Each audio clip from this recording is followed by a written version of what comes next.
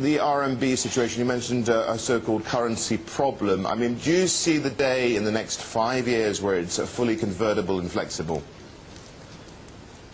Well, you're talking to a person who's quite old. If I'm around in 5 years, I'd like to think that that is the case.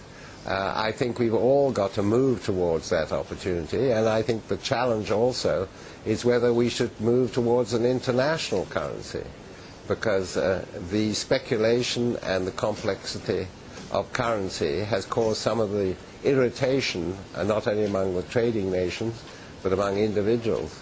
But it's not for me to say how it will happen, but I think everyone who knows how to deal with these situations is very cognizant of the problem it takes to get over it, and I think the RMB will become more convertible.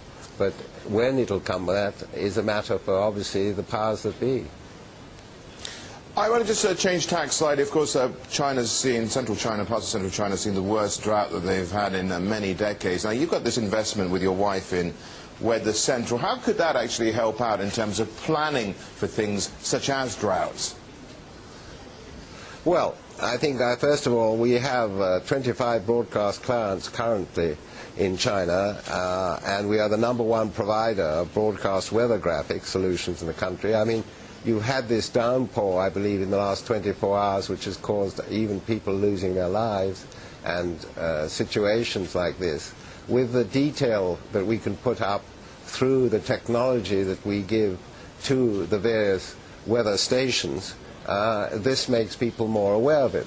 On the whole, it's a question of giving the opportunity. I mean, we have also launched an operation called My Weather, which gains access to the first truly personalized weather application for the web and mobile devices. You can go up on myweather.com and you can find out within a kilometer of where you are what is going to happen to the weather. It also gives a 10-day forecast.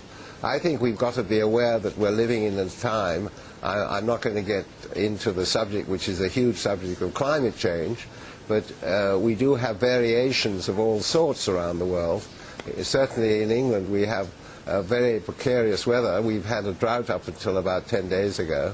And I think it is important to realize that you can use technology, which is offered by myweather.com, to tell you and be aware of what might happen to you, especially among the farming community. Also, we are very interested in helping wind power because it gives...